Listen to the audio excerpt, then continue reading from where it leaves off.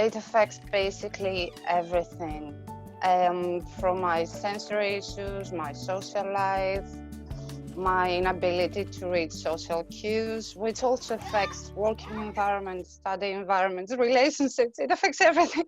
On the outside, Finley looks like any other 9-year-old, and to everybody else around us, they just think he's a normal 9-year-old until obviously maybe the Tourette's or the meltdown starts, and then they think you just have a naughty boy.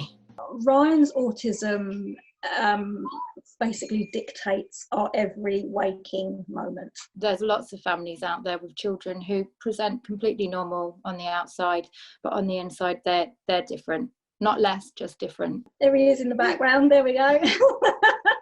It's something that, I was diagnosed with recently and have had to change my life, quite considerably. People say, oh, but you must have known you were. It doesn't work like that. You know inside yourself that you're struggling. You can't tell people why. And it turned out it wasn't something that was wrong with me. It's just that I'm different. The world needs to change for families like us, because we can't change Ryan's world, but we can certainly change our world to help him. If you just walk up to somebody, which is hard enough for me with autism as it is, to be honest with you, to walk up to somebody I don't know and ask them a question. You walk up to somebody wearing one, they'll look at the lanyard, they'll look at you, and that introduction's already been dealt with. Every day should be Autism Awareness Day.